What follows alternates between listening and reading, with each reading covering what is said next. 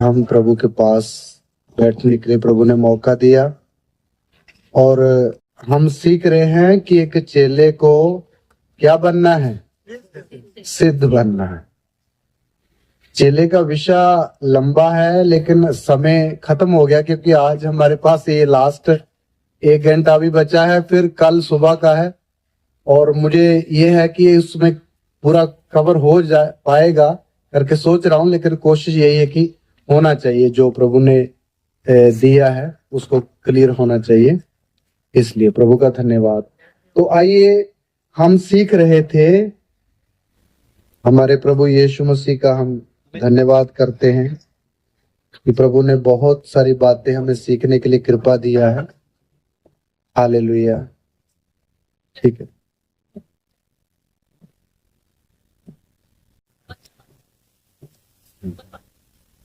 तो हमें सिद्ध बनना है।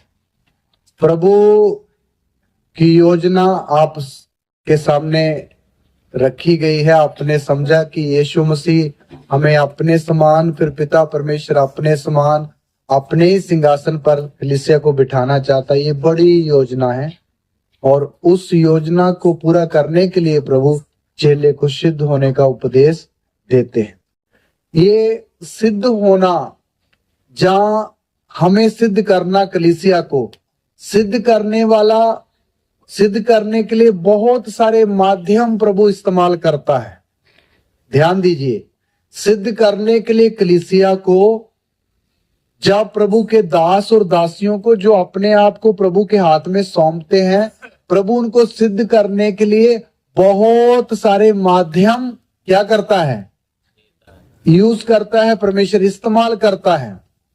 उसमें से जैसे देखिए, हमें सिद्ध करने के लिए एक बात है, पवित्र आत्मा हमें क्या करता है, सिद्ध करता है। नंबर 1, प्रभु के दासों के जरिए से भी हम क्या होते हैं, सिद्ध होते हैं। नंबर 2, नंबर 3, हमारे जीवन में आने वाली घटनाएं, समस्याएं, मुश्किलातें, इनके द्वारा भी हम क्या होते हैं, सिद्ध होते हैं। और 4 नंबर है, प्रभु का वचन भी हमें क्या करता है, सिद्ध करता है। तो इसलिए सिद्धता के लिए प्रभु बहुत सारे तरीके रखे हैं। आइए इसके लिए एक वचन पढ़े, सिद्धता प्रभु कैसे करता, उसमें से एक वचन पढ़ के फिर आगे बढ़ेंगे। फिलिपियों की पत्री, उसका 5 अध्याय, फिलिपियों की पत्री में आ जाएं। फिलिपियों नहीं, पत्रस, सॉरी, पहला पत्रस 5 का 10 वचन, मैंने फिलिपियों बोल दिया। पहला पत्रस 5 का 10 वचन पढ़ना है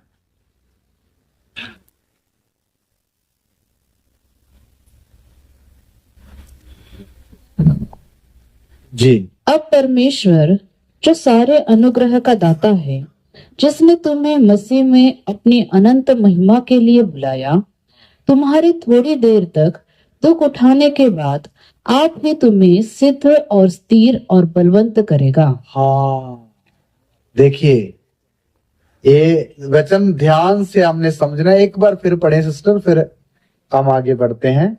हाँ, अब परमेश्वर जो सारे अनुग्रह का दाता है, परमेश्वर जो सारे अनुग्रह का दाता है, जिसने तुम्हें हाँ मसीह में अपनी अनंत महिमा के लिए बुलाया, जिसने तुम्हें अपनी अनंत महिमा के लिए बुलाया है, तुम्हारी थोड़ी देर तक, तुम्हारे थोड़ी देर तक दुख उठाने के बाद, दुख उठाने के पहले आप ही तुम्हें सिद्ध और स्थिर और बलवंत करेगा। दुख उठाने के पहले, बीच में, या बाद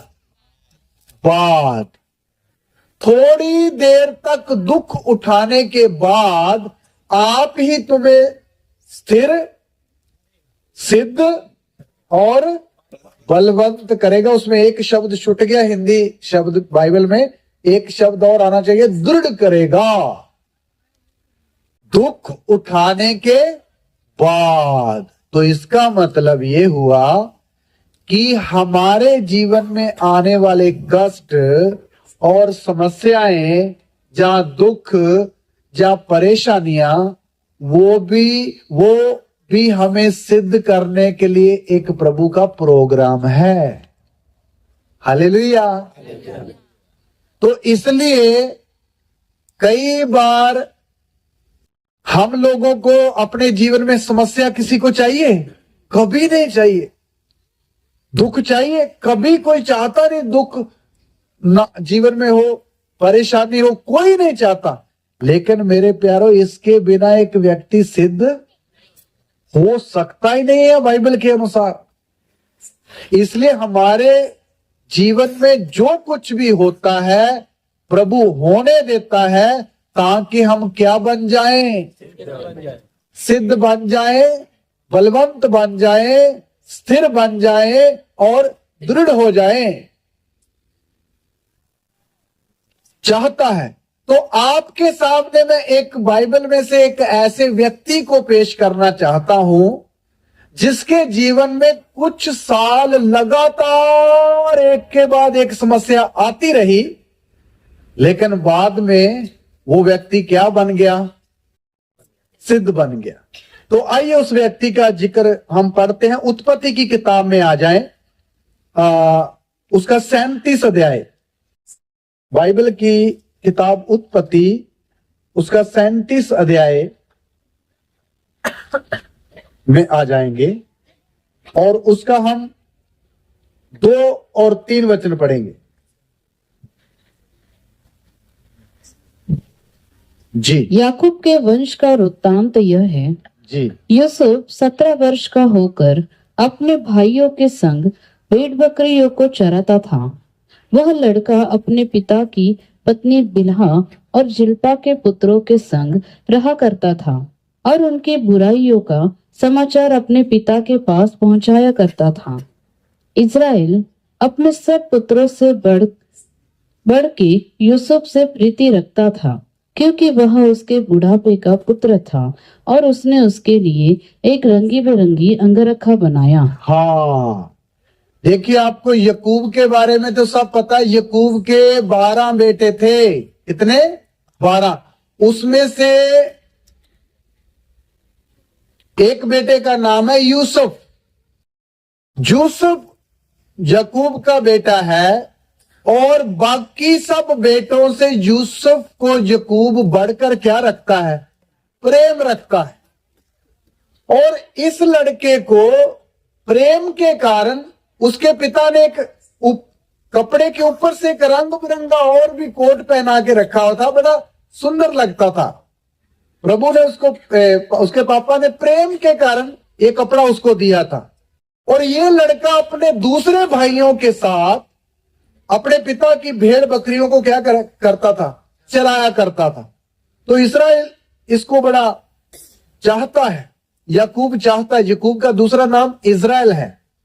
तो ये ऐसे चलता रहा, लेकिन यूसुफ अपने भाइयों की जो इधर उधर की जो बातें करते थे वो सारी बातें सारा दिन सुनता रहता और शाम को आकर किसको बताता था? भाइयों को बताता था। तो जब अपने पिता को बताता था, जब पिता को बताता और सारे भाई 10 के 10 रात को 11 इकट्ठे हो जाते हैं, तो पिता का तो काम है डांटना। और तूने ऐसा बोला, तूने ऐसा किया। तो उनको पता चला कि ये पापा को कैसे बात पहुंची। तब पता चला ये कौन बताता है? यूसुफ।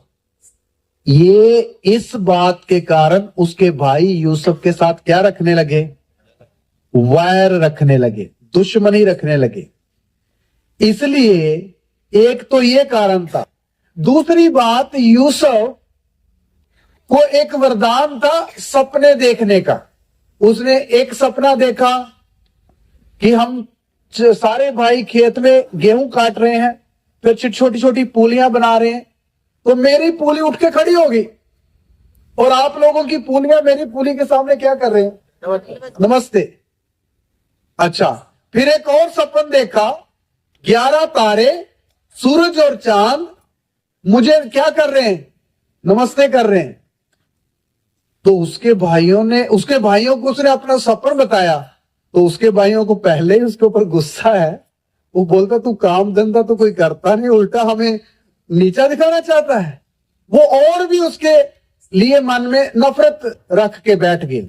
ये लड़का चुगलियां भी करता है, दूसरा नंबर आप प्रधान बनना चाहता और हमें बोलता तुम मेरे सामने नमस्कार करने वाले हो, ऐसा करके। ऐसा उसके भाई उसके स्वभाव से, इन बातों से थोड़ा दुखी हुए। चलो समय बीतता गया, उसके भाई 10 भेड़ बकरियां चराते चराते आगे बढ़े। मैं 10 बोल रहा हूं क्योंकि एक छोटा बेटा यूसुफ के बाद था, वो अभी बिल्कुल छोटा था, वो बाहर नहीं जाया करता था, इसलिए 10 बोल रहा हूं। तो 10 भाई भेड़े चराने चराते कहीं दूर चले गए। तो 2-3 दिन हो गए, तो पापा को चिंता आई, बच्चे घर आए नहीं 2-3 दिन। तो उन्होंने यूसुफ को बोला, यूसुफ तू ऐसे कर कि मम्मी ने रोटियां बनाइया है, तो रोटी सब्जी भाजी चावल जो भी कुछ है अच्छा गठरी बांध कर अपने भाइयों की एक तो सुधि लेकर आ कि वो कहाँ है क्या कर रहे हैं, दूसरा उनको क्या भी देकर आ, खाना देकर आ। तो यूसुफ एकदम पिता की आज्ञा मानकर सिर में रखकर अपनी रोटी की टोकरी और चल पड़ा। जब चलता गया तो वहां क्या होता है, आप 12 से 14 वचन पढ़े। उसके भाई अपने पिता की भेड़ बकरियों को चराने के लिए शकेम को गए। तब इज़राइल ने यूसुफ से कहा, तेरे भाई शकेम ही में भेड़ बकरी चरा रहे होंगे, इसीलिए जा, मैं तुझे उनके पास भेजता हूँ। उसने उससे कहा, जो आज्ञा मैं हाजिर हूँ। उसने उससे कहा, जा अपने भाइयों और भेड़ बकरियों का हाल देगा कि वे कुशल से तो हैं और मेरे पास समाचार लेके सुनिए। पापा ने यूसुफ को भेज दिया और उसने बोला दोतान नाम की एक जगह है, वहां भेड़ बकरियां चरा रहे हैं। दोतान या शाकेम में। तो शाकेम में यूसुफ पहुंच गया। उस समय तो कोई साइकिल बाइक या गाड़ी वाड़ी नहीं होती थी, सब कैसे चलता था, पैदल ही चलते थे। तो वहां पहुंच गया तो उसने देखा भाई तो वहां है नहीं, तो इधर उधर घूमते देखा। देखिए यूसुफ की वफादारी देखिए, सेकम में उसको भेजा गया है, सेकम में भाई मिले नहीं। तो यूसुफ वापस आ सकता था ना, भाई तो मिले नहीं, चलो किधर को चलते हैं, घर को वापस चलते हैं। नहीं, वहां किसी आदमी से और पूछा, भाई इधर कुछ मेरे भाई भेड़ बकरियां चरा रहे थे, आपने देखा है उनको? उन्होंने बोला हाँ देखा तो है, वो बातें कर रहे थे, हम दोतान को चलते हैं। दोतान एक अगली जगह है, कुछ किलोमीटर और दूर है। तो यूसुफ वही टोकरी उठाकर किधर चल पड़ा, दोतान की तरफ चल पड़ा। उसकी वफादारी देखिए यूसुफ की, वापस नहीं गया बल्कि आगे भाइयों को खोजता हुआ गया। चलो जैसे चलता चलता गया तो 18 वचन पढ़िए, क्या होता है। जो ही उसने उसे दूर से आते देखा तो उसके निकट आने के पहले ही उसे मार डालने का षड्यंत्र रचा। हाँ, भाइयों ने दूर से देख लिया कि कौन चला आ रहा है। पीछे वालों को समझ आ रहा है कौन चला आ रहा है, यूसुफ। तो उसके भाइयों ने सोचा ये जो लड़का आ रहा है ना, आज इसके साथ सारे हिसाब किताब क्या करेंगे, बराबर करेंगे। उन्होंने 10 लोगों ने सोच लिया आज इसको जान से खत्म ही कर देना है, ना तो पापा को ऊट पटांग की बातें बताएगा और इसके सपनों का भी देखेंगे क्या होता है। चलो भाइयों ने दूर से देख लिया। यूसुफ जैसे ही उनके पास आया, यूसुफ ने बोला पापा ने भेजा और मम्मी ने ये सब्जी भाजी और रोटियां भेजी, तो रख ली नीचे। और उन्होंने सब रोटियां नीचे रख के यूसुफ को पकड़ लिया और यूसुफ को पकड़ करके सबसे पहले जो उन्होंने क्या किया, ध्यान देना, 23 वचन पढ़े, क्या किया भाइयों ने। इसलिए ऐसा हुआ कि जब यूसुफ अपने भाइयों के पास पहुंचा तब उन्होंने उसका अंगरखा, रंगी बिरंगा अंगरखा जिससे वह पहने हुए था, उतार लिया। हाँ, सबसे पहले यूसुफ की सुंदरता का प्रतीक ये जो रंग बिरंगा ऊपर कपड़ा पहना था वो भाइयों ने क्या कर दिया, उतार दिया। देखिए यूसुफ के जीवन में क्या शुरू हो गई, समस्या। क्या शुरू हो गई, समस्या। वो भी किनके द्वारा, विरोधी दलों के द्वारा नहीं, अपने ही घर के लोगों के द्वारा। जैसे कल हमने पढ़ा था, तुम्हारे वैरी लोग होंगे। सबसे पहले उन्होंने उसका रंग बिरंगा कुर्ता उतारा, कपड़ा उतारा। इसलिए याद रखिए विश्वासी भाई बहन, आपके साथ भी ऐसा हो सकता है। हालेलुया। यूसुफ का कपड़ा उतारा, आपकी भी इज्जत उतारी जा सकती है, आपकी इंसल्ट की जा सकती है, ऑफिस के सामने, समाज के सामने, दुनिया के सामने। इससे हमें ये सीख मिलती है, क्योंकि क्या बनाना है प्रभु ने, सिद्ध। तो उसका पहला स्टेप, उसका ये उतारा। हमारे साथ भी ऐसा हो सकता है, इसलिए यीशु ने बोला चेले को क्या उठा के चलना है, चलो वो उतार दिया। दूसरा नंबर क्या किया, 24 वचन पढ़े। और यूसुफ को उठाकर गड्ढे में डाल दिया। वह गड्ढा सूखा था और उसमें कुछ जल न था। देखो दूसरा नंबर, भाइयों ने उसको उठाकर किधर फेंक दिया, गड्ढे में। उस समय यूसुफ की उम्र कितनी है, 17 वर्ष, मात्र 17 वर्ष। छोटा लड़का गड्ढे में डाल दिया। शुक्र है कि वहां पानी नहीं था, उनको जान से मारने का था। उन्होंने बोला पहले रोटी खा लेते, उसके बाद इसको जान से मारेंगे, ऐसा प्रोग्राम था। आप पूरा पढ़ोगे तो पता चलेगा। देखो अपने ही भाइयों के द्वारा कहां फेंकवाया गया, गड्ढे में। इसलिए याद रखिए समस्या आनी शुरू होगी यूसुफ के जीवन में। इसलिए हमारे अपने, जिसको हमने बोलते हैं अपना, मेरा, साड़ा, हमारा, ये अपने ही लोग कई बार कहां उतार देते हैं, गड्ढे में उतार देते हैं। भाई ने सवाल पूछा था, अपना माँ बाप का भी वो प्यार मतलब का होता। देखो ये भी अपने ही है, अपने ही भाई किधर उतार रहे हैं, गड्ढे में। इसलिए चौकस रहना, कहीं से भी किधर से भी समस्या आ रही है। पिछले दिन एक भाई बोल रहा था, मैं 3 दिन जेल में रहकर आया हूं। किसी ने बात बताई तो मैंने बोला कैसे जेल में गया, पत्नी ने करवा दिया। देखो किसी और हो तो मान सकते, किसने जेल करवा दिया, पत्नी ने। मैं तो उसके बाद कुछ नहीं बोला। कहने का मतलब यह है, अपनों के द्वारा ही समस्या आ सकती है। गड्ढे में यूसुफ पड़ा हुआ रो रहा है, तो भाई पता क्या कर रहे हैं, आप पढ़िए उसका 25 वचन पढ़िए।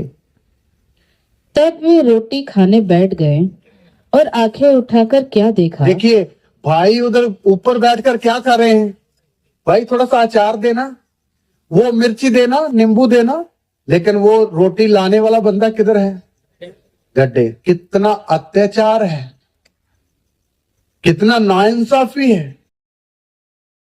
भाई कर रहे हैं, बाहर ऊपर बैठकर रोटी खा रहे, अंदर से आवाज आ रही, बचाओ, निकालो निकालो निकालो। कोई सुन रहा, कोई अचार नींबू ये मांग रहा है। यूसुफ के साथ हुई घटना। चलो जब वो रोटी खा रहे, तो रोटी खाते खाते क्या हुआ, बड़े बहन जहां से छोड़ा। और आंखें उठाकर क्या देखा, हाँ, कि इश्माएलियों का एक दल ऊंटों पर सुगंध द्रव्य, बलसान और गंधरस लादे हुए गिलाद से मिस्र को चला जा रहा है जी। तब यहूदा ने अपने भाइयों से कहा, अपने भाई को घात करने और उसका खून छिपाने से क्या लाभ होगा। आओ हम उसे इश्माएलियों के हाथ बेच डाले और अपना हाथ उस पर न उठाए, क्योंकि वह हमारा भाई और हमारी ही हड्डी और मांस का है। और उसके भाइयों ने उसकी बात मान ली। पढ़िए सिस्टर। और तब मिद्यानी व्यापारी उधर से होकर उनके पास पहुंचे, अतः यूसुफ के भाइयों ने उसको उस गड्ढे में से खींच के बाहर निकाला और इश्माएलियों के हाथ चांदी के 20 टुकड़ों में बेच दिया, और वे यूसुफ को मिस्र ले गए। हाँ, रोटी खाने के बाद तो उसको कत्ल करना था, लेकिन एक भाई, उन्होंने देखा इधर से कुछ व्यापारी जा रहे हैं ऊंटों पर बैठकर किधर मिस्र की तरफ, तो एक भाई ने बोला भाई उसको जान से मारने से अच्छा है उसको क्या करें, बेच ही देते हैं। उन्होंने 20 रुपयों में यूसुफ को क्या कर दिया। आदमी बिकते थे उन दिनों में, आज भी बिकते हैं। आप न्यूज में या कभी टीवी में कोई प्रोग्राम देखते हैं, आज भी बच्चों को, लड़कियों को इधर से पकड़ करके किडनैप करके कई कई स्टेटों में, देशों में क्या किया जाता है, बेचा जाता है। आज भी ऐसा होता है, उस समय भी ऐसा होता था। उन्होंने 20 रुपयों में यूसुफ को क्या कर दिया, बेच दिया। और वो यूसुफ अभी किधर पहुंच गया, दूसरे देश में पहुंच गया। उधर का कल्चर अलग, भाषा अलग, ना कोई चिट्ठी, ना कोई फोन, कहां कुछ भी नहीं। आप सोचिए कितनी बड़ी मुसीबत में कौन पड़ गया, यूसुफ पड़ गया।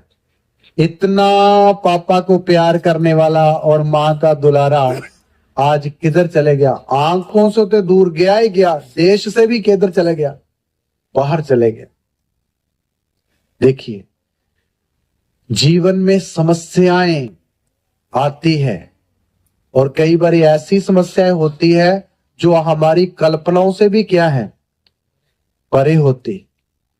यूसुफ मिस्र में चला गया और जब मिस्र में पहुंचा तो मिस्र में जाकर क्या हुआ, 40 अध्याय में आ जाएं, 40, उत्पत्ति 40 नहीं 39, 39 का 1 से पढ़ें। जब यूसुफ मिस्र में पहुंचाया गया, तब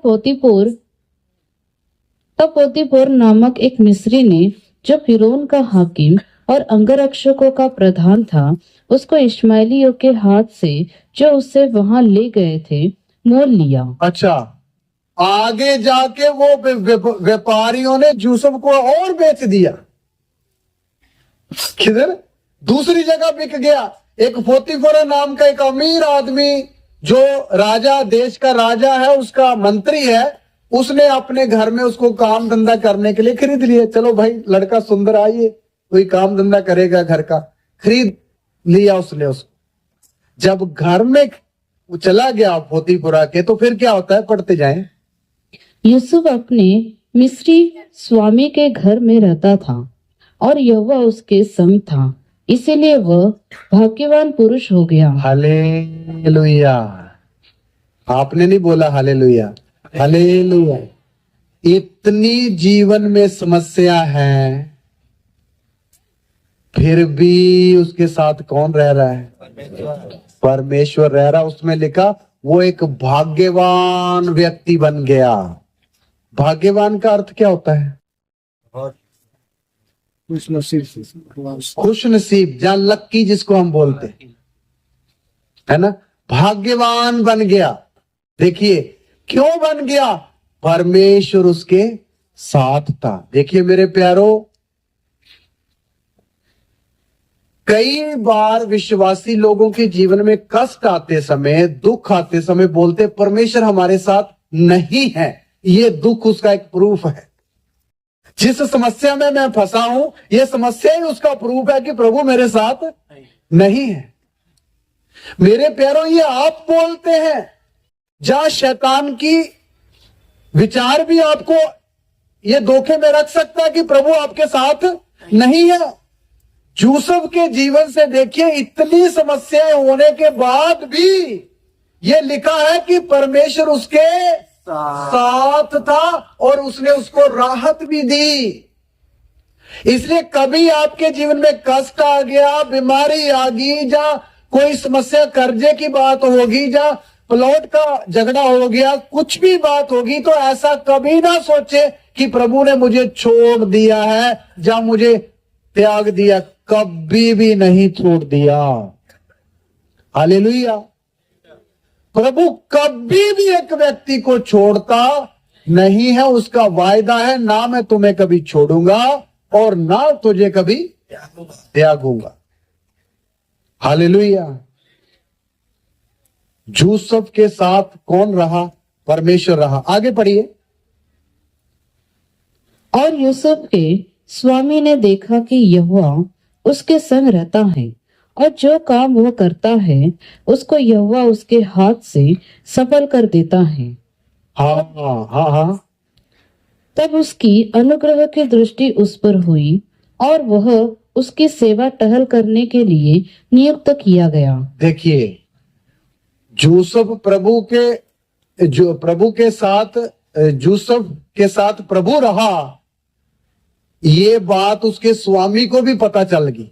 भाई, ये लड़का तो जो काम करता उस काम में सफलता पाता है। इसका मतलब इसके साथ कौन है? गॉड रहता है, परमेश्वर रहता है। इसलिए उसके स्वामी ने खुश होकर अपने घर का सारा कंट्रोल किसके हाथ में दे दिया? भाई, लाना और एक एक को बांटना और रखना और खरीदना और क्या लाना है मुझे नहीं पता है, तुम ही संभालो। मतलब उस घर में और भी 10-12 नौकर होंगे, लेकिन सबसे मुख्य कौन हुआ? यूसुफ हुआ। देखिए, इससे क्या सीखते हैं? अगर आपके जीवन में कष्ट और मुसीबत है, तो प्रभु हमेशा आपको कष्ट में ही पड़ा रहने नहीं देगा। जरूर बीच में थोड़ी थोड़ी क्या भी देता है? राहत देता है। इसलिए हम लिखते ना, प्रभु उतनी ही परीक्षा देता है जितनी हम सह सकते। सहने के बाद प्रभु परीक्षा कभी देता ही नहीं है। ये प्रभु का स्वभाव नहीं है। हालेलुया। इसलिए याद रखना, परमेश्वर कभी भी अपने विश्वासियों को, अपने चुने हुए लोगों के साथ अन्याय नहीं करता, बल्कि अनुशासन में रहकर उनके साथ बर्ताव करता है। और हमें हमेशा कष्ट में नहीं, बल्कि कष्ट के बीच में भी कुछ कुछ हमें उठाएगा भी, आगे बढ़ाएगा भी। लेकिन आगे फिर कष्ट नहीं आएगा, ऐसा गारंटी भी नहीं सोचना कि ऐसा ही रहेगा। अगर ऐसा सोचेंगे तो फिर एक हमारे साथ धोखा हो जाएगा। इस्राएली लोग जब मिस्र से निकले तो उनको पहले लाल समुद्र पार किया। लाल समुद्र पार करने के बाद 3 दिन तक उनको पीने के लिए क्या नहीं मिला? पानी नहीं मिला। उन्होंने, देखिए, रोटी ना मिले तो चलता है, पानी ना मिले तो, उनके पास पशु भी है, छोटे छोटे बाल बच्चे भी हैं, फिर भी 3 दिन पानी नहीं मिला। धन्यवाद है कि कोई नुकसान हुआ नहीं, क्योंकि प्रभु उनके साथ साथ रह रहा था। तो इसलिए बाद में आगे जाकर उनको पानी मिल गया, वो भी खारा, फिर उसमें पेड़ डाला, वो मीठा हो गया। आप सब ये बातें जानते। बाद में थोड़ा और आगे बढ़े तो उनको क्या मिला? 70 खजूर के पेड़ और 12 पानी के सोते। उन्होंने सोचा ये तो जगह बहुत अच्छी है, पानी की समस्या तो है नहीं, खाने के लिए खजूर भी है, पीने के लिए पानी भी है, और छाए के लिए बादल तो ऑलरेडी है ही है। यहां थोड़ा मन लगा के रहते हैं। लेकिन कई बार हमारे जीवन में भी 70 खजूर के पेड़ आएंगे और पीने के लिए सोते भी आएंगे, तो हम क्या सोचेंगे? यहां ही रहना क्या है, बहुत बढ़िया है। मेरे प्यारों, मन नहीं लगाना है। अगला संदेश जल्दी आने वाला है। किधर जाना है? पवित्र आत्मा संदेश लेके आने वाला है। बाद में प्रभु बोलता, बादल उठ रहा है, आगे चलो, तंबू उखेड़ो और आगे चलो। अच्छा, इसी तरह कभी नहीं सोचना थोड़ा सा जीवन में आराम मिल गया तो आराम से ही बताएंगे। सिद्ध बनने तक प्रभु आपका सफर रुकने नहीं देता है। हालेलुया। अच्छा, यूसुफ उधर आराम से रहा, बड़ा पर्सनैलिटी है यूसुफ का, और वैसे ही वो रूप बहुत क्या भी है, उसकी पर्सनैलिटी भी बहुत है, सुंदर है, दिखने में बहुत अच्छा, और बाल और आंखें, बहुत स्मार्ट लड़का है।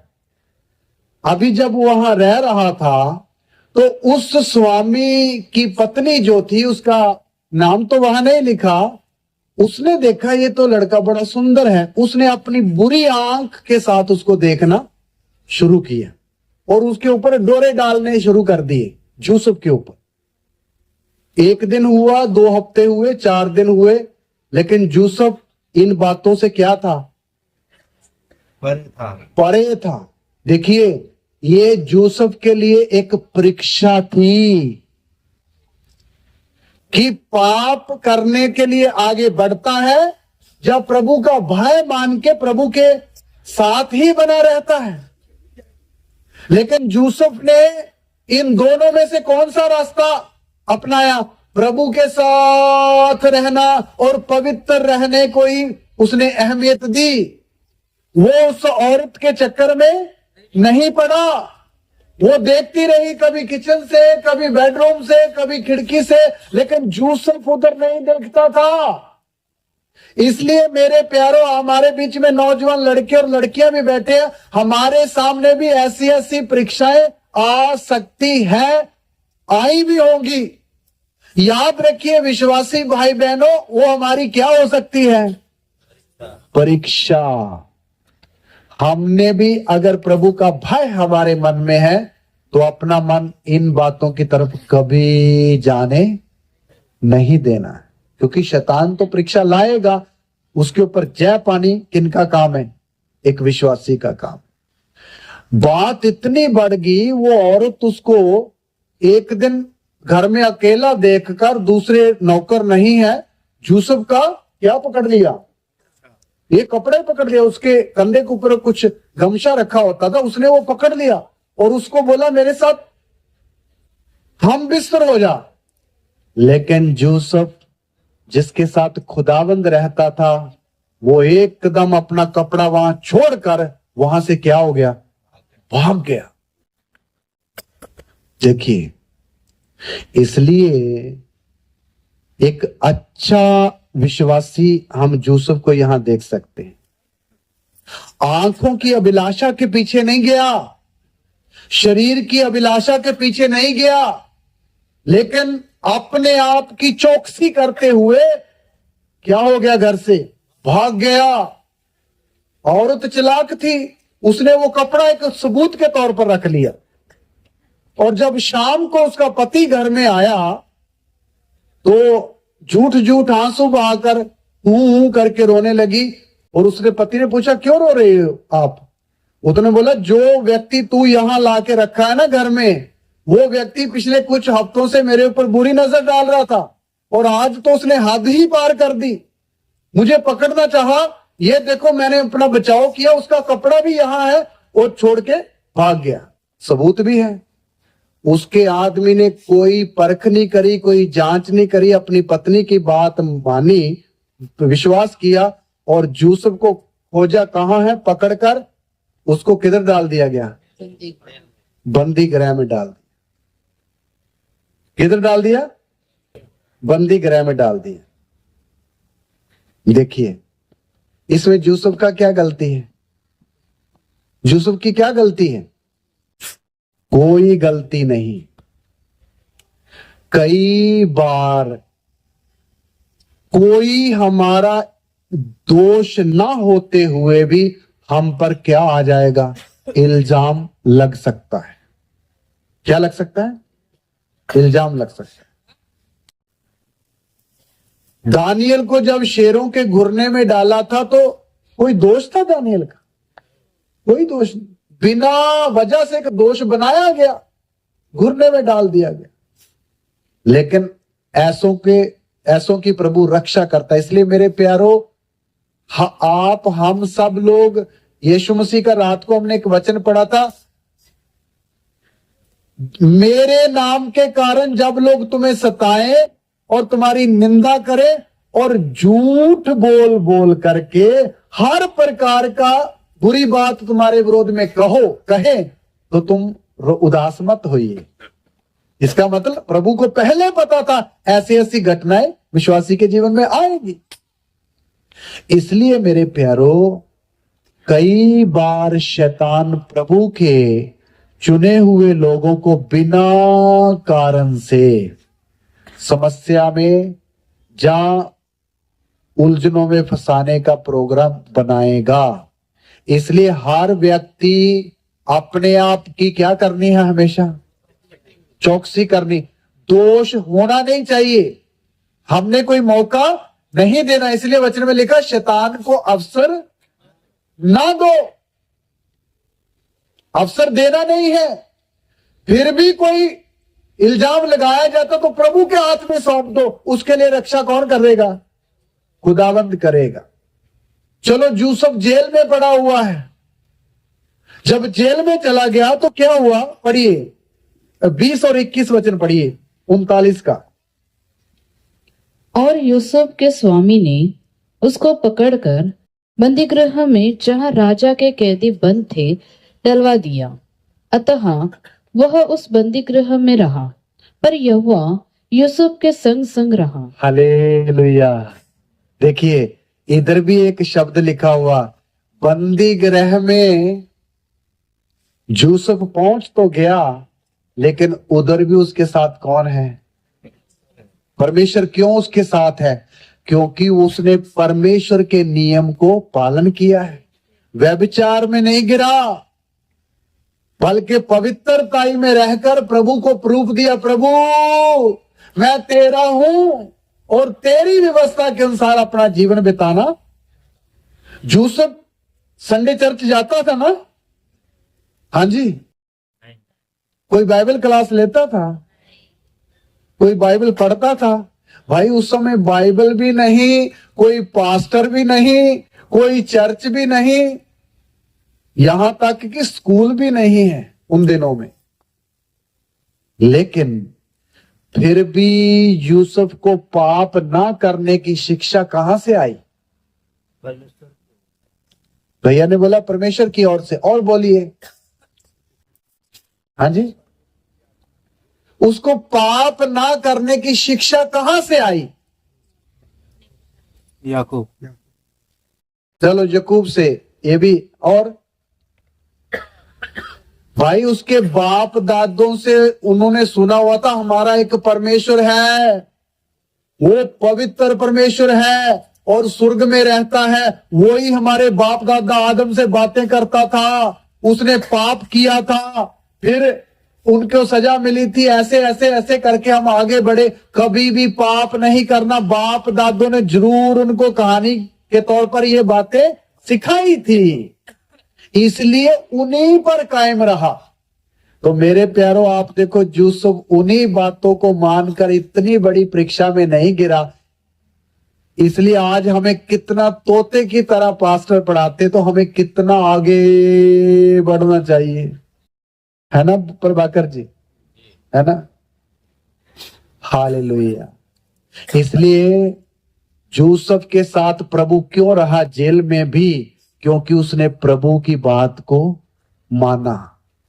आप भी याद रखिए, जब जब आप एक वचन को मानते हैं, जब जब आप एक आज्ञा, 10 आज्ञाओं में से एक आज्ञा पालन करते हैं, आप मसीह की बातों को, शिक्षाओं को मानते, तो खुदावंद किसके साथ रहेगा?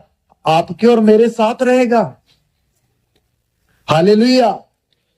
और प्रभु साथ रहेगा, अकेला नहीं। प्रभु आपको उन बातों के लिए संभालेगा भी, परिस्थितियां कैसी भी हो, क्योंकि आपने किसकी बात मानी है? स्वर्गीय पिता की बात मानी है, उसकी व्यवस्था की बात मानी है, सच्चाई को कबूल किया है। इसलिए परमेश्वर आपके साथ साथ रहेगा, कष्ट में भी। यूसुफ जेल में है, यूसुफ जेल में जाके रो रहा है? नहीं, शांत है। जेल में प्रभु उसके साथ है। प्रभु ने फिर एक काम उसके जीवन में किया। आइए पढ़ते हैं क्या किया, आगे पढ़े।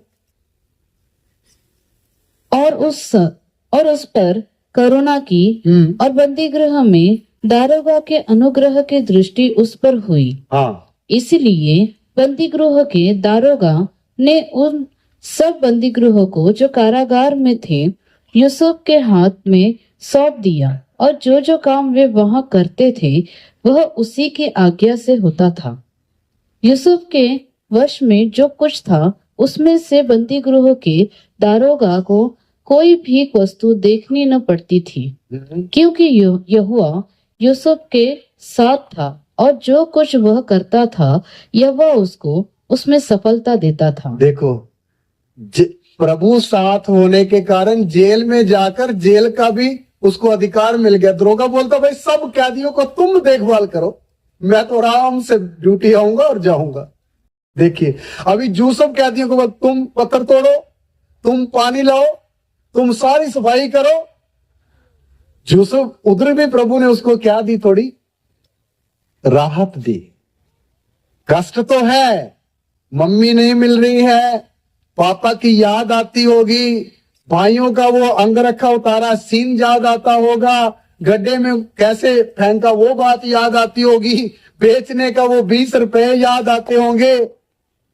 लेकिन फिर भी इतनी बातों में भी प्रभु साथ होने के कारण उसको एक फिर अधिकार मिल गया। हालेलुया। मेरे प्यारो, जीवन में कष्ट तो आएगा, समस्या तो बनी रहेगी, लेकिन प्रभु कभी भी आपको छोड़ेगा नहीं। विश्वास करते हैं?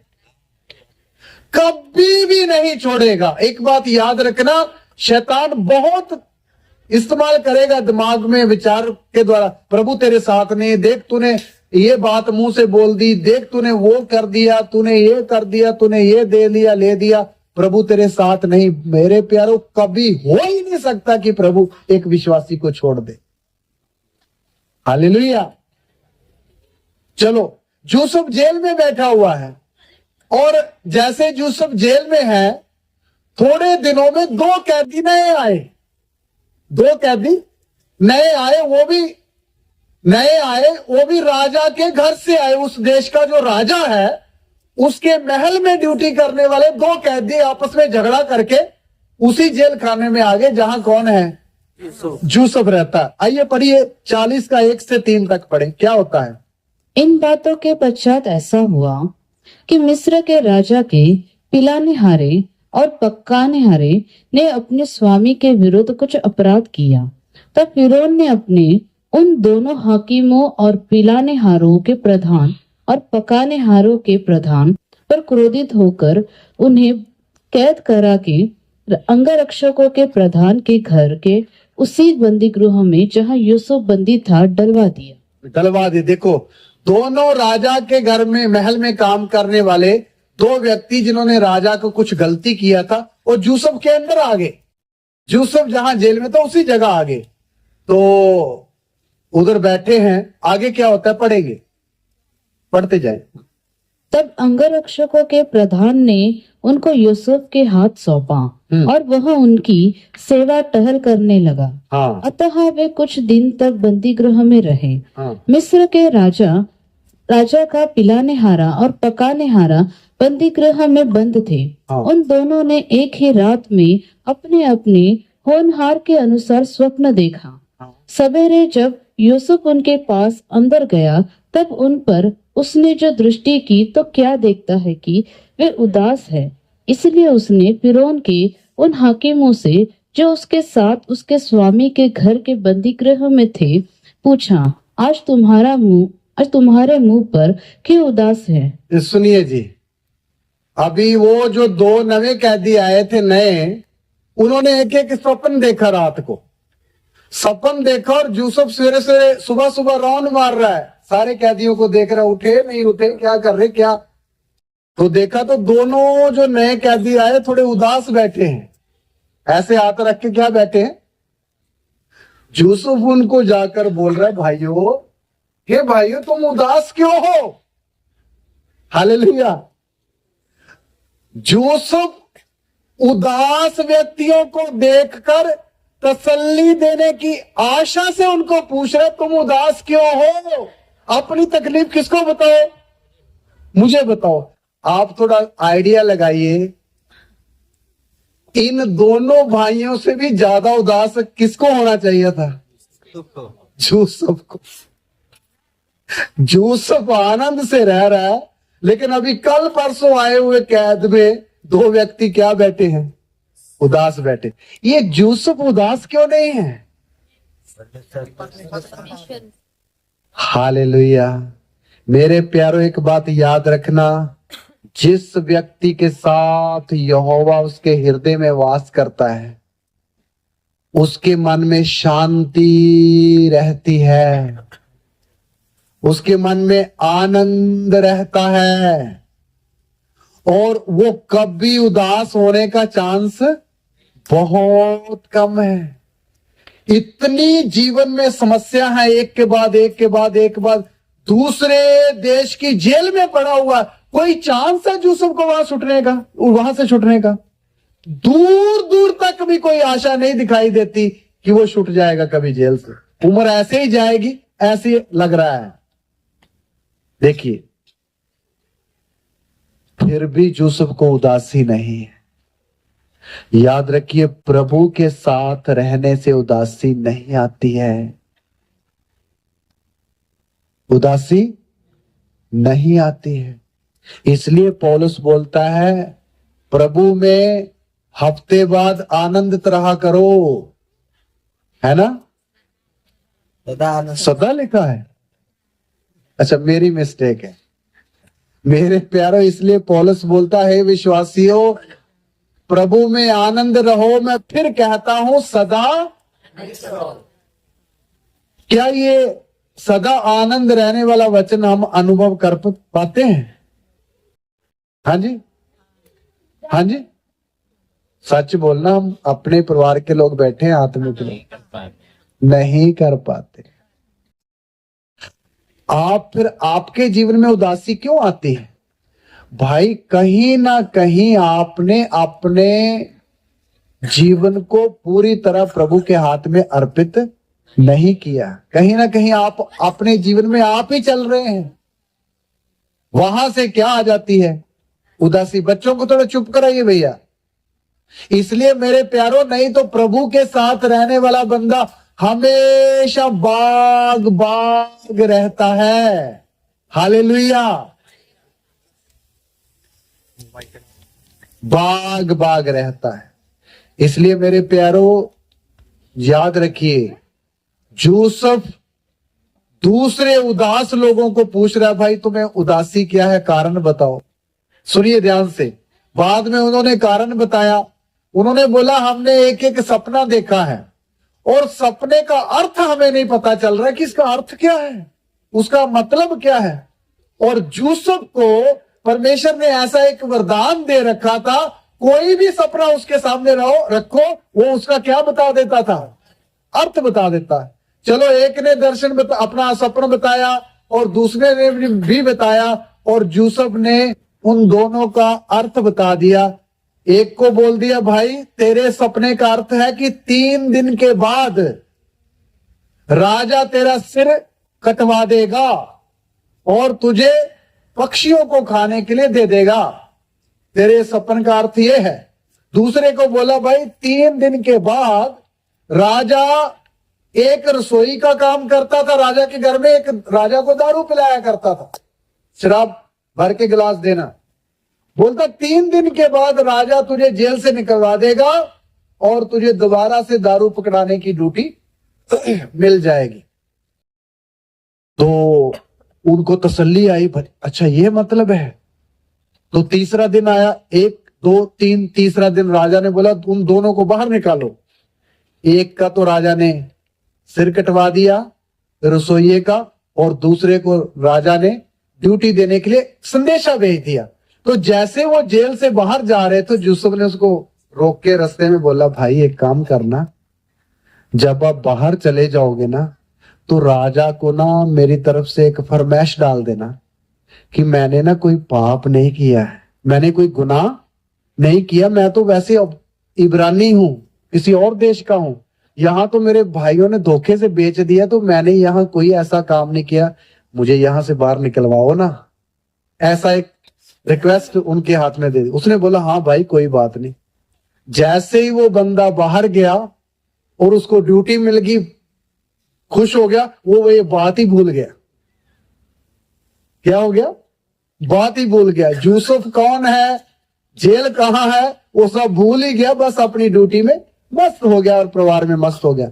इसका मतलब क्या है? यूसुफ ने उस समस्या में से निकलने का एक विचार बनाया, लेकिन कामयाब नहीं हुआ। क्यों? जब तक प्रभु की मर्जी नहीं है, आपको जिस समस्या में प्रभु ने रखा, आप अपनी कोशिश से निकल नहीं सकते हैं।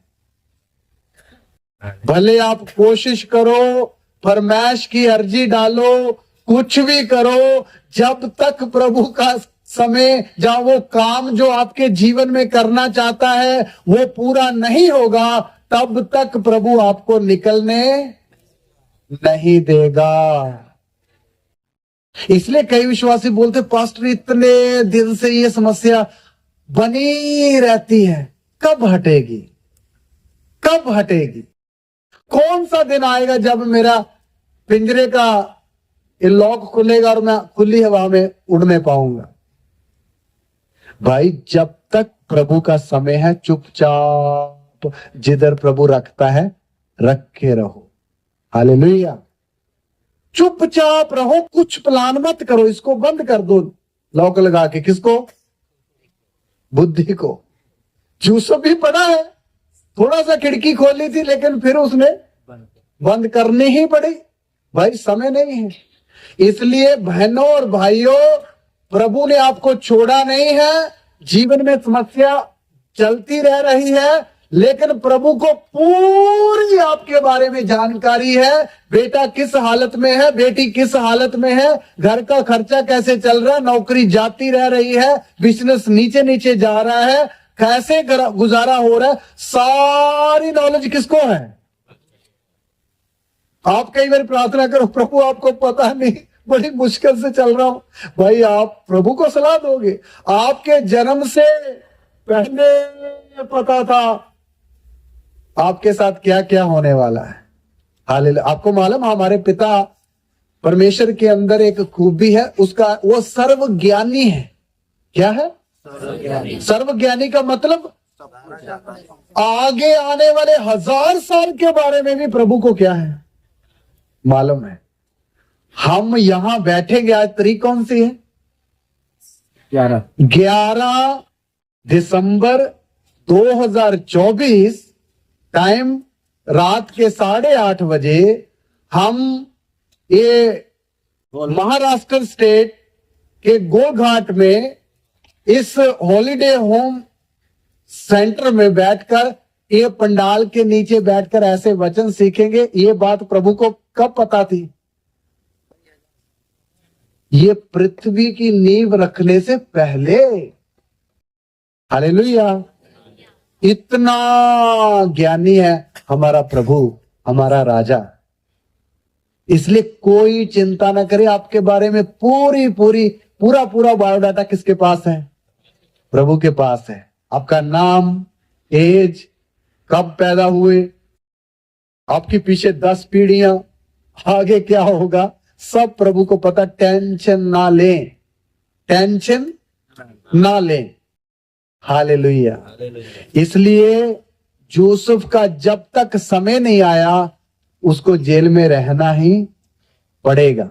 चलो समय बीतता गया, वो पिलाने हारा भूल गया कि यूसुफ कौन है। लेकिन 2 वर्ष बीतने के बाद एक घटना होती है। कितने साल? 2 साल। 2 साल बाद क्या घटना होती है? 41 का 1 वचन पढ़े। उत्पत्ति 41 का 1 वचन। पूरे 2 वर्ष बीतने पर फिरौन ने यह स्वप्न देखा कि वह नील नदी के किनारे खड़ा है, और उस नदी में से 7 सुंदर और मोटी गाय निकलकर कछार की घास चरने लगी। और क्या देखा कि उनके पीछे और 7 गाय जो कुरूप और दुर्बल है नदी से निकली और गाय दूसरी गायों के निकट नदी के तट पर जा खड़ी हुई। तब वे कुरूप और निर्बल गाय उन 7 सुंदर और मोटी मोटी गायों को खा गई। तब फिरौन जाग उठा। देखिए, सुनिए, 2 वर्ष बीतने के बाद उस देश के राजा को एक सपना आया। एक नहीं बल्कि 2 सपने आए। सपना क्या था? राजा नील नदी, उस देश में एक नील नदी आज भी है, नील नदी के किनारे खड़ा है। तो उस नदी के अंदर से 7 मोटी मोटी गायें निकली जो बड़ी मोटी ताजी थी, तंदुरुस्त। तो उस मैदान में घास चरने लगी। फिर उसके बाद 7 गायें और निकली जो पतली पतली और मरियल सी थी। और ये पीछे वाली 7 गायें उस मोटी मोटी 7 गायें को क्या होगी? खा गई। जब खा गई तो फिर उनका पेट देखने से ऐसा लग रहा है जैसे कुछ खाया ही नहीं है, अभी भी पेट खाली है। राजा एकदम चौंक के उठ गया, ये क्या सा सपना है? और राजा फिर लेट गया। फिर जब लेट गया तो एक दूसरा सपन देख रहा है। पढ़िए दोस्तों।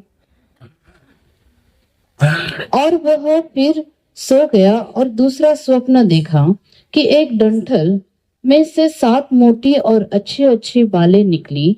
और क्या देखा कि उनके पीछे 7 बालें पतली और पुरवाई से मुरझाई हुई निकली। और उन पतली बालों ने उन 7 मोटी और अन्न से भरी हुई बालों को निगल लिया। अच्छा सुनिए, इसी तरह दूसरा सपन देखा। मोटी मोटी बालें हैं, एक गेहूं की बालें है ना, जिसमें गेहूं के दाने बड़े मोटे ताजे। उसके बाद और 7 पतली पतली बालें निकली और ये पतली मोटियों को खा गई। और ऐसा लग रहा है कि कुछ नहीं उनके पास। राजा इस सपन को देखकर बड़ा हैरान हो गया। उसने सुबह उठकर अपने सारे पंडितों को, सलाहकारों को इकट्ठा किया। भाई, ये 2 सपन देखे हैं, इसका दर्शन अर्थ बताओ। सारे पंडित ज्योतिषी सिर में हाथ रख रहे, बोलते राजा कुछ भी पल्ले में नहीं पड़ रहा, पता नहीं इसका अर्थ क्या है। तब वो दारू पकड़ाने वाला एक राजा की उदासी दूर करने के लिए पैग लेकर आया। तो राजा उदास बैठा है, तो राजा उधर बात कर रहा, अर्थ बताओ सपन का। तब उसको याद आया, हे राजा, तेरे जेल खाने में एक व्यक्ति रहता, उसका नाम यूसुफ है। वो व्यक्ति सपनों का क्या बता देता है? अर्थ बता देता है। मुझे भी सपना आया था, उसने फिर अपनी हिस्ट्री बताई। मैं इसलिए इधर आकर आपको ये ड्यूटी कर रहा हूं। वो ही व्यक्ति आपका अर्थ क्या करेगा? देखो, प्रभु का समय आ गया।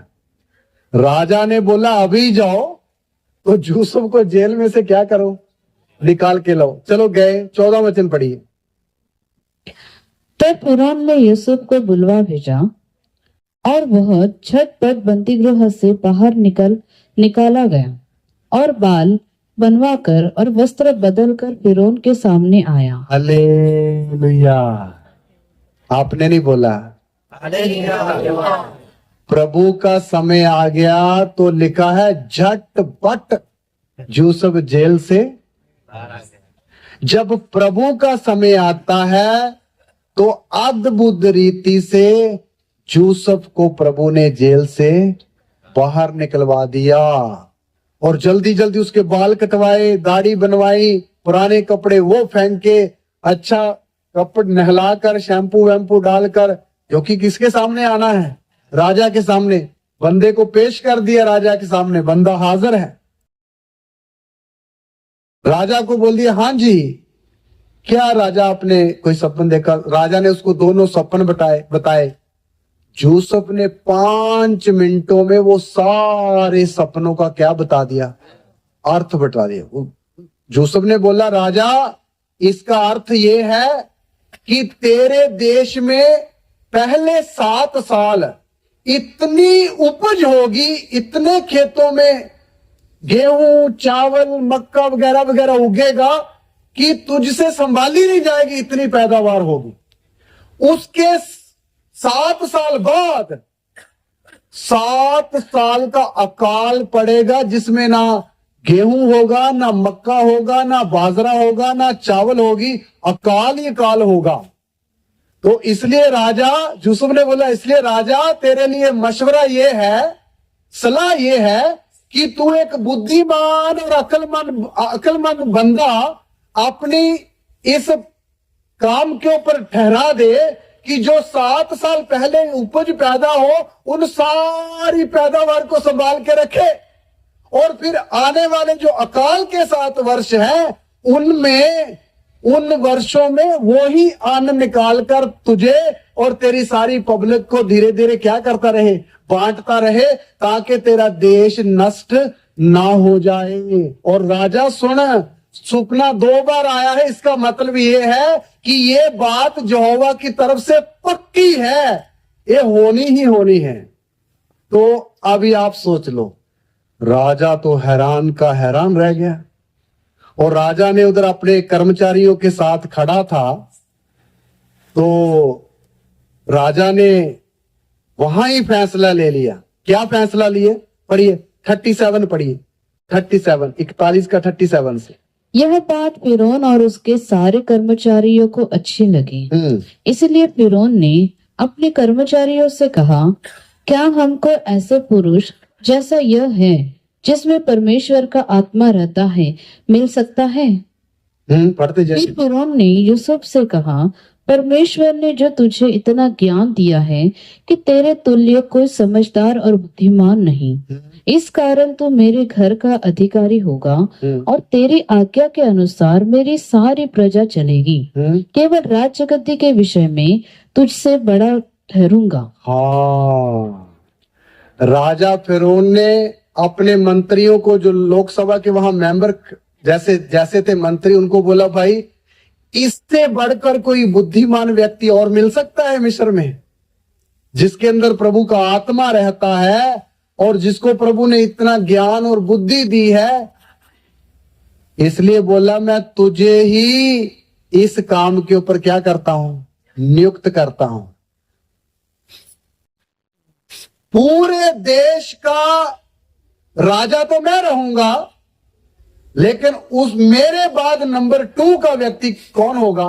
तू होगा। 43 वचन पढ़िए, उसको पदवी क्या मिली?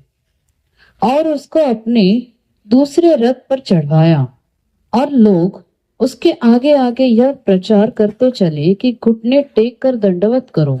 और उसने उसको मिस्र के सारे देश के ऊपर प्रधानमंत्री ठहराया। हालेलुया। जेल में पड़ा हुआ यूसुफ आज कौन सी पोजीशन में है? मिस्र का प्रधानमंत्री है। हमारे देश का प्रधानमंत्री कौन है? वही पदवी उस समय किसको मिल गई? आप सोचो, छोटी सी है, छोटी सी पदवी है। देखिए मेरे प्यारो, हमारे परमेश्वर के काम देखिए कैसे हैं। कौन कौन से हालातों में से गुजर कर आया हुआ ये व्यक्ति है, और अभी कहां पहुंच गया। सिर्फ राजा के नीचे राष्ट्रपति फिरौन है, प्रधानमंत्री कौन है? यूसुफ। और सारी देश की पब्लिक किसके अनुसार चल रही है अभी? और राजा ने एक रथ के ऊपर बिठाया और सारे शहर का चक्कर लगाया, और सब उसके सामने क्या कर रहे? नए प्रधानमंत्री को नमस्कार नमस्कार नमस्कार। आप बोलिए, जिस बहन ने उसके ऊपर इल्जाम लगाया था उसका क्या होता होगा? उसके मन पर क्या बीती होगी? खबर तो पहुंच गई होगी ना, क्योंकि उसका पति मंत्री है। प्रभु ऐसे अपने चुने हुए लोगों को अपनी इच्छा के अनुसार कष्टों में डाल डाल डाल के उनको क्या करता है जी? सिद्ध करता है। पक्का नहीं, क्या करता है? सिद्ध करता है, स्थिर करता है, बलवंत करता है और दृढ़ करता है। ये वचन जो लिख कर रखे हैं और आप सुन रहे हैं, ये क्यों लिख कर रखे? ताकि आने वाले लोग जो मैं और आप हैं, इन वचनों को समझें और आपके जीवन में भी जो कुछ होता है किसकी मर्जी के अनुसार होता है।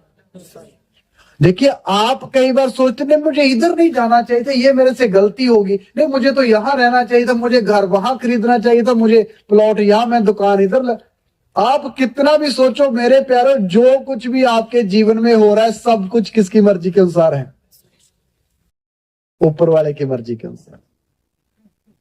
अभी यूसुफ को पूछिए, भाई आपके भाइयों ने आपको जो कपड़ा उतारा था, वो बोलेगा भाई वो अच्छा हुआ, वो किसी को बोले गड्ढे में, भाई वो और भी अच्छा हुआ, फिर बोलेगा भाई आपको बेच दिया, भाई वो और भी अच्छा हुआ, नहीं तो मैं प्रधानमंत्री नहीं बनना था, अभी भी भेड़े चराना था, अपने देश में रहता तो क्या चराना था, बकरियां और भेड़े और ऊंट और गधे ही हाकने थे। अभी इधर क्या कर रहा हूं, राज्य कर रहा हूं, राज्य। Hallelujah, hallelujah. मेरे प्यारों, मेरा बोलने का मतलब ये है, इसी तरह आप सब जितने पंडाल के नीचे बैठे, आप समझ लीजिए कि आप यूसुफ हैं। क्या है? और आपके जीवन में भी जो कुछ होता जा रहा है, दिन प्रति दिन, सप्ताह प्रति सप्ताह, महीना प्रति महीना, साल प्रति साल, किसकी योजना से है?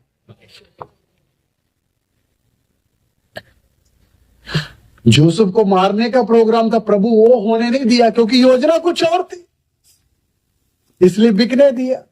और बिकने भी लिबनान में नहीं दिया, मिस्र में दिया, क्योंकि पहुंचाना मिस्र में था।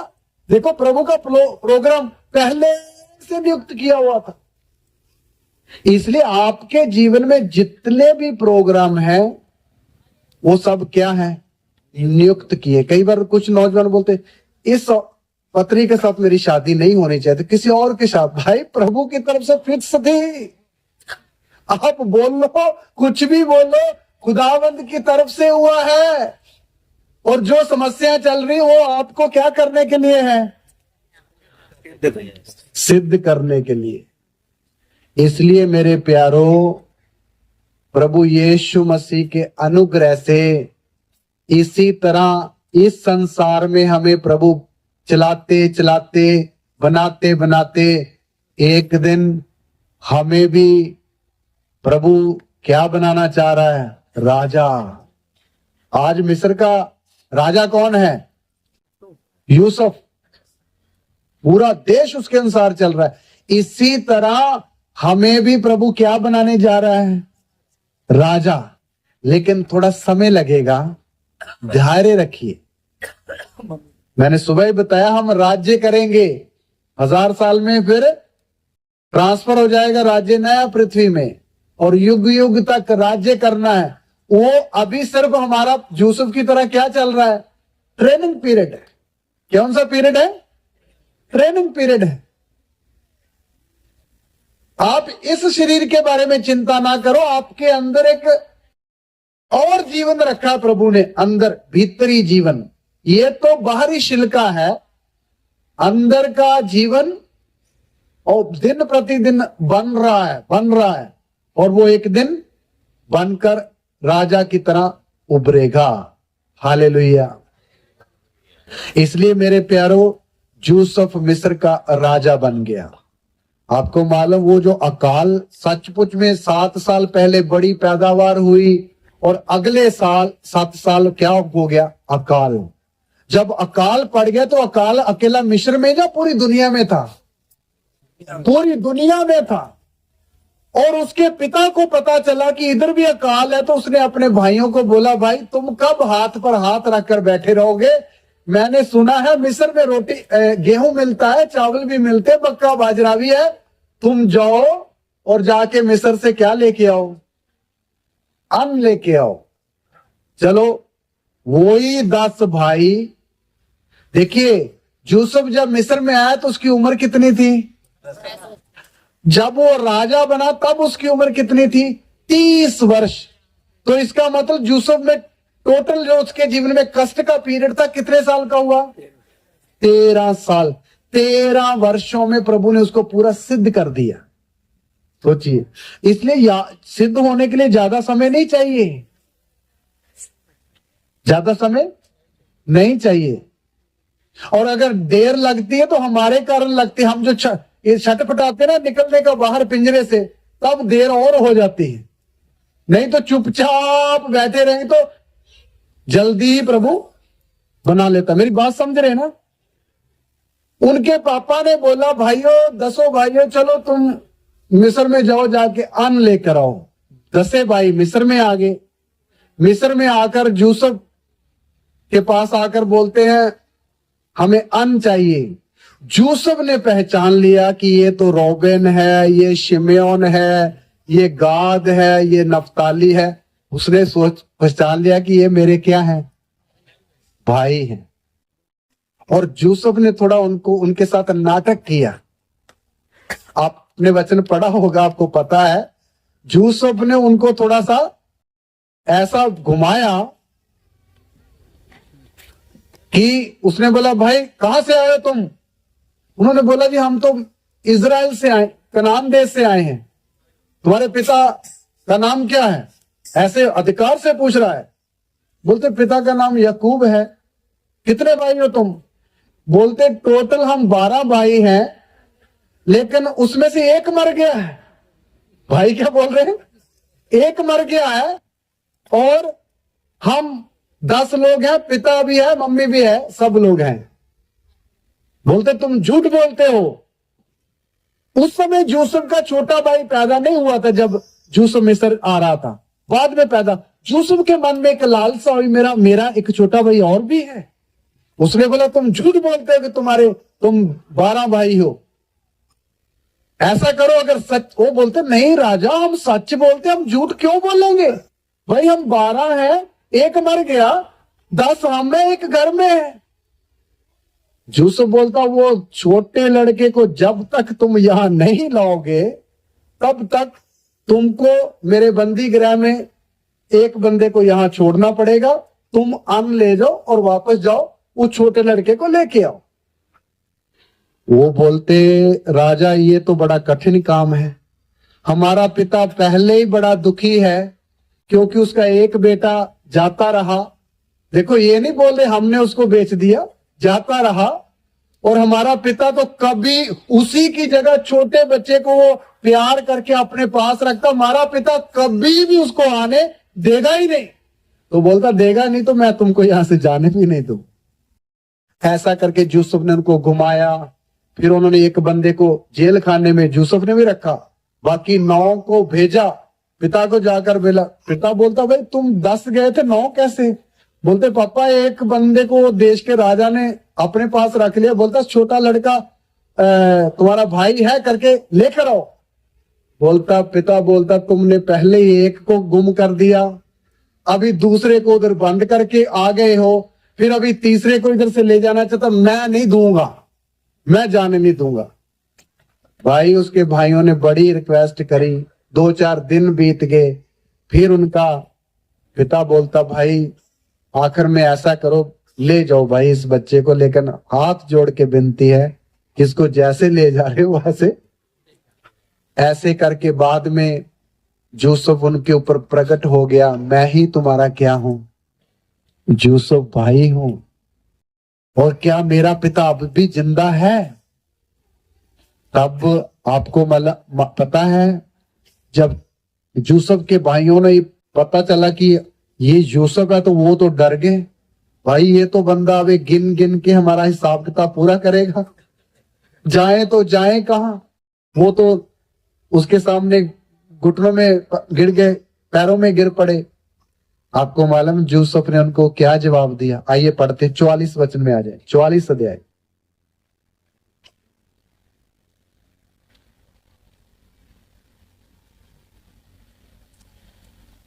पढ़िए 45 का 5 वचन पर, 44 नहीं 45 का 5 वचन पढ़िए। अब तुम लोग मत पछताओ, और तुमने जो मुझे यहाँ बेच डाला, इससे उदास मत हो, क्योंकि परमेश्वर ने तुम्हारे प्राणों को बचाने के लिए मुझे तुम्हारे आगे भेज दिया है। हाँ, यूसुफ उनसे गुस्सा कर रहा है या प्यार का बर्ताव कर रहा है? बोलता, भाइयों तुमने जो मुझे यहाँ बेच दिया था, इससे अभी पछताओ नहीं, ये प्रभु की योजना थी, ताकि आज तुम्हारे प्राणों को जिंदा रखने के लिए पहले से प्रभु ने मुझे यहां भेज दिया था। 8 वचन भी पढ़िए, 7-8। इसलिए परमेश्वर ने मुझे तुम्हारे आगे इसीलिए भेजा कि तुम पृथ्वी पर जीवित रहो और तुम्हारे प्राणों के बचाने से तुम्हारा वंश बढ़े। इस रीति अब मुझको यहाँ पर भेजने वाले तुम नहीं, परमेश्वर ही ठहरा। और उसने मुझे फिरौन का पिता सा और उसके सारे घर का स्वामी और सारे मिस्र देश का प्रभु ठहरा दिया है। हालेलुया। अभी यूसुफ को उनके साथ झगड़ा करने की कोई जरूरत नहीं। सारी नॉलेज यूसुफ को खुद ही प्रभु की मर्जी पता चल गई कि ये सारी योजना थी किसकी।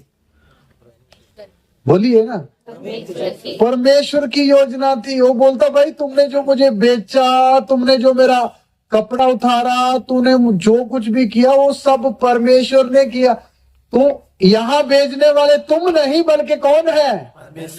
परमेश्वर। मेरे प्यारो, जब आप सिद्ध हो जाओगे ना तो आप भी इसी तरह सब प्रभु की योजना समझ जाओगे। भाई जो कुछ भी हुआ किसकी योजना थी? वहां मेरे पैसे फंस गए, वहां मुझे घाटा पड़ा, वहां मैंने ज्यादा कमाया, वहां मेरे साथ बीमारी का सामना करना पड़ा, वहां ऐसे हुआ। ये सारे पिछले 12-13 साल जो मेरे जीवन में बीता, जब 20 साल बीता, सारा किसके योजना के अनुसार हुआ? आपको भी समझ ऐसे आ जाएगा जब हम सिद्ध हो जाएंगे, जब हम बदल जाएंगे। आपको मालूम, जब एक व्यक्ति सिद्ध हो जाता है तो उसको कोई शंकाएं सवाल नहीं रहते। अभी यूसुफ उनके साथ वाद विवाद कर रहा है। तूने मुझे गड्ढे में फेंका था ना, हे रोबेन, तूने मेरा अंग रखा था, उतारा था ना, हे नफ्ताली। ऐसा नहीं बोल रहा है ना? क्यों? उसको पता चल गई प्रभु की मर्जी। अभी गुस्सा गिला नहीं रहता है। और उससे भी बढ़कर यूसुफ एक और बात उनको बोल रहा है। पढ़िए, 50 अध्याय में आ जाइए।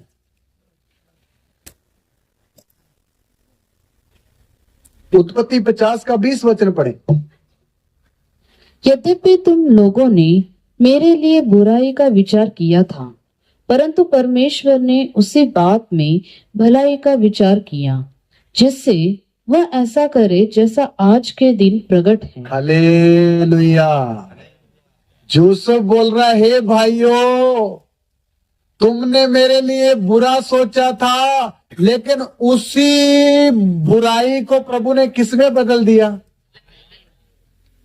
भलाई में बदल दिया। भलाई में बदल दिया। मेरे प्यारो, इतनी बड़ी नम्रता और बुद्धि और समझ यूसुफ के अंदर कैसे आ गई? सुनिए, कैसे आ गई? सिद्ध बनने के कारण।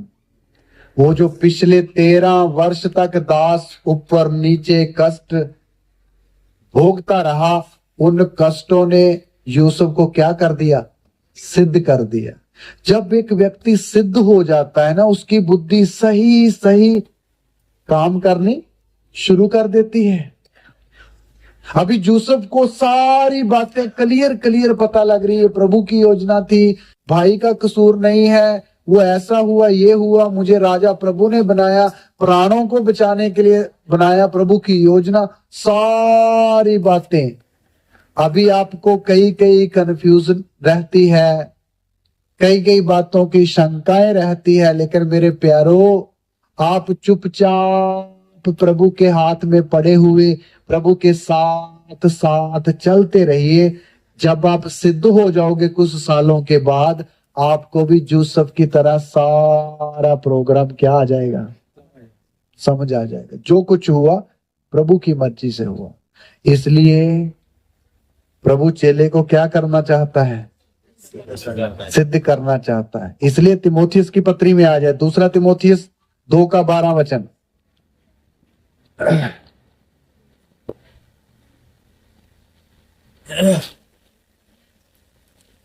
दूसरा तिमोथियस 2:12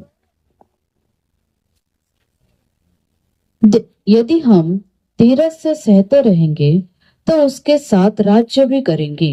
हालेलुया। इसलिए लिखा, यदि तुम धीरज से सहते रहोगे तो परमेश्वर के साथ क्या भी करोगे। इसलिए अभी हमने जो कुछ हमारे जीवन में होता जा रहा है उसको हमने क्या करते जाना है, सहते जाना है, सहते जाना है। अगर कभी सहने के लिए भारी लगे तो प्रभु से क्या मांगनी है, कृपा। प्रभु मुश्किल हो रहा है, कृपा दे दो, और प्रभु कृपा देगा। हालेलुया। इधर लिखा सहते रहेंगे तो प्रभु के साथ क्या भी करेंगे। ये जो कुछ भी प्रभु हमें बना रहा है, सिद्ध कर रहा है, ये इसलिए कर रहा है ताकि एक दिन हम प्रभु यीशु के साथ बैठकर क्या करें, राज्य करें। इसलिए याद रखिए, एक दिन आने वाला है, हम उसके साथ राज्य करेंगे। इसलिए अभी अगर सहते रहेंगे तो हम राज्य अवश्य करेंगे। हालेलुया। इसलिए हम सहते रहें, वचनों को सीखते रहें और अपने जीवन में प्रभु को काम करने दे। लास्ट वचन पढ़ के समाप्त करेंगे, याकूब की पत्री 1:4। याकूब की पत्री 1 अध्याय उसका 4।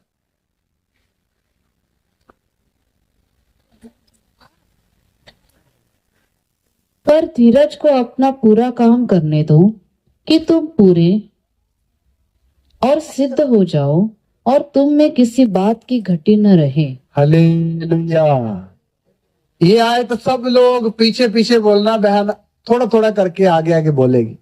पर धीरज को अपना पूरा काम करने दो कि तुम पूरे और सिद्ध हो जाओ और तुम में किसी बात की घटी न रहे। देखिए, अपने जीवन में किसको काम करने दो, किसको, धीरज को। धीरज समझते ना, धीरज, धीरज को अपने जीवन में काम करने दो ताकि तुम पूरे और क्या हो जाओ, सिद्ध हो जाओ, ताकि तुम में फिर किसी भी बात की क्या ना रहे, घटी ना रहे। इसलिए मेरे प्यारो, प्रभु हमको हमारे अंदर जो काम कर रहा है उसको करने दो। प्रभु को काम करने दो। ये काम जो आज हमारे अंदर प्रभु ने किया है, शुरू किया है, ये हमारी सिद्धता का काम है। धीरज हमें क्या कर रहा है, सिद्ध कर रहा है। वो हमारी कमी घटी को दूर निकाल रहा है और हमको पूरे और सिद्ध बनाकर प्रभु के सामने खड़े होने के योग्य बना रहा है। जैसे यूसुफ बनकर राजा के सामने खड़ा हो गया, हम भी एक दिन राजाओं के राजा के सामने क्या होने वाले हैं, खड़े होने वाले हैं। इसलिए मेरे प्यारो, हम प्रभु के इस काम को अपने जीवन में होने दें। इसलिए चेला लिखा, चेला अपने गुरु के समान जब सिद्ध हो जाएगा तो वो गुरु के समान हो जाएगा। वही हालत है कि प्रभु हमें सिद्ध करना चाहता है। चेले का विषय थोड़ा थोड़ा समझ आ रहा है? इसलिए प्रभु सिद्ध करना चाह रहा है। तो आइए अभी अपनी आंखों को बंद करें, सिरों को झुकाएं और प्रभु के आगे प्रार्थना करें। प्रभु, आप मेरे जीवन में काम कीजिए। हालेलुया। आप मेरे जीवन में अपना काम कीजिए। हालेलुया। प्रभु महान, राजाओं के राजा,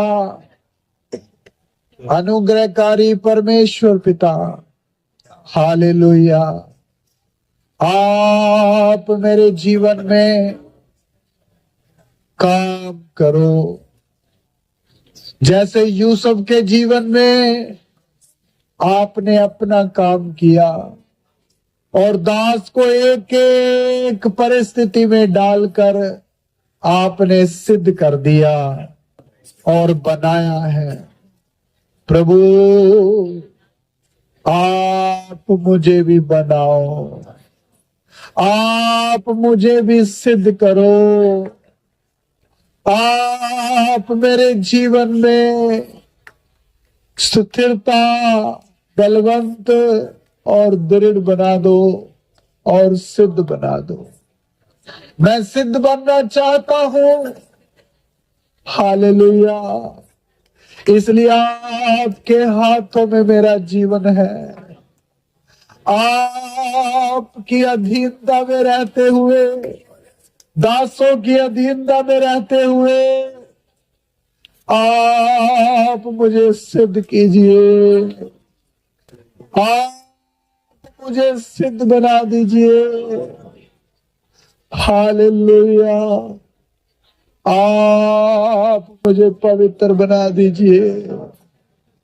प्रभु आपकी योजना कितनी बड़ी और अच्छी है, हमारे सोचने से बढ़कर, हमारे परिस्थिति में आने से पहले आप जानता है कि आपकी मर्जी हमारे जीवन में क्या है। प्रभु मुझे भी समझने के लिए कृपा दे दीजिए, मुझे भी ये बात सिखा दीजिए। Hallelujah, hallelujah, hallelujah. पवित्र यीशु तेरे धन्यवाद। Hallelujah, hallelujah. तेरा धन्यवाद हो, तेरा धन्यवाद हो, तेरा धन्यवाद हो।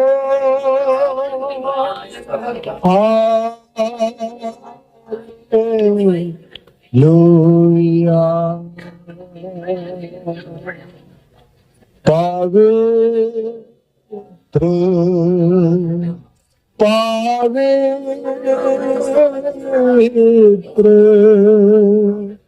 प्रभु यीशु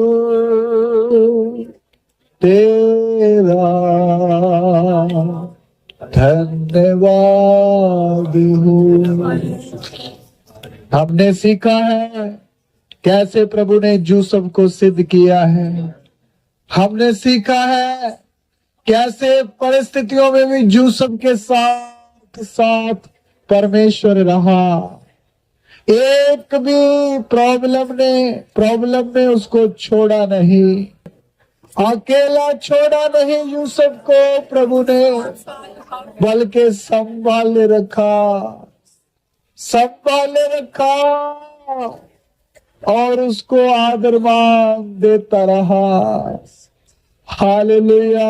हे विश्वासी, आपको भी प्रभु कभी ना छोड़ेगा और ना कभी आपको त्यागेगा, आपके भी साथ रहेगा। कितनी भी समस्याएं आपके जीवन में है, प्रभु सब में आपका साथ नहीं छोड़ेगा।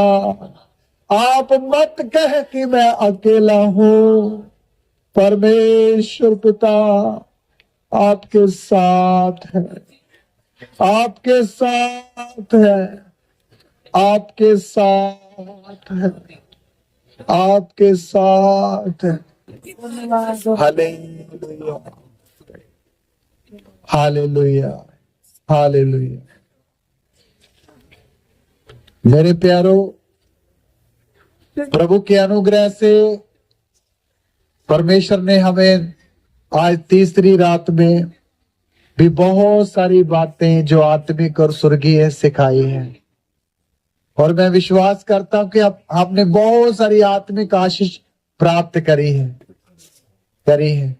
इसलिए मेरी विनती है, अभी हमारे पास कल सुबह एक ही बार इकट्ठे होने का मौका है, इसलिए जो आशीष आपने इन सभाओं के द्वारा पाई है उसको कभी भी अपने जीवन से खोए ना।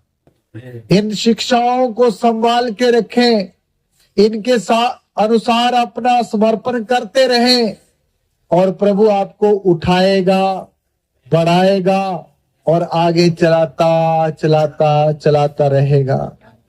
हालेलुया। मैं प्रभु का धन्यवाद करता हूँ। आइए हम सब प्रार्थना करेंगे। प्रभु ने 3 दिन के सभा में हम सभी भाई बहन को स्तंभों के नीचे रखा और सारा प्रबंध करके दिया। स्वर्ग से हमें आत्मिक भोजन भी दिया और पेट के लिए भी प्रभु ने प्रबंध करके दिया। हम प्रभु का धन्यवाद करेंगे, प्रार्थना करेंगे। धन्यवाद स्वर्गीय पिता, परम प्रधान, पवित्र परमेश्वर। प्रभु आपने हम सबको अपनी आत्मा के द्वारा इकट्ठा किया। हमें आत्मिक मन्ना की जरूरत थी। आप अपने दास पास्टर रवि जी के द्वारा हम सबको तृप्त किया परमेश्वर। हमारी आत्मा को और बलवंत किया मेरे परमेश्वर। आज की सुबह से लेकर प्रभु जी अब तक मेरे परमेश्वर आपने बहुत से भेदों को हमारे बीच में प्रकट किया, और जो निर्बल थे प्रभु जी उन्हें मजबूत किया, उन्हें सिद्ध करने की योजना बताई प्रभु जी कि अब कलीसिया सिद्ध हो जाए, ताकि नए यरूशलेम में प्रभु के साथ युगान युग राज करे। परम प्रधान ये वचन एक एक भाई बहनों के हृदयों में मजबूती के साथ बना रहे, और जो अभी दुर्बल कमजोर है प्रभु वो सिद्ध हो जाए। आपकी महिमा करे प्रभु जी। ये वचन इनके हृदयों में आशीष का कारण बने और इनका जीवन बदले और एक एक जन सिद्ध हो जाए। प्रभु यीशु के नाम में हम प्रार्थना करते हैं, आमीन।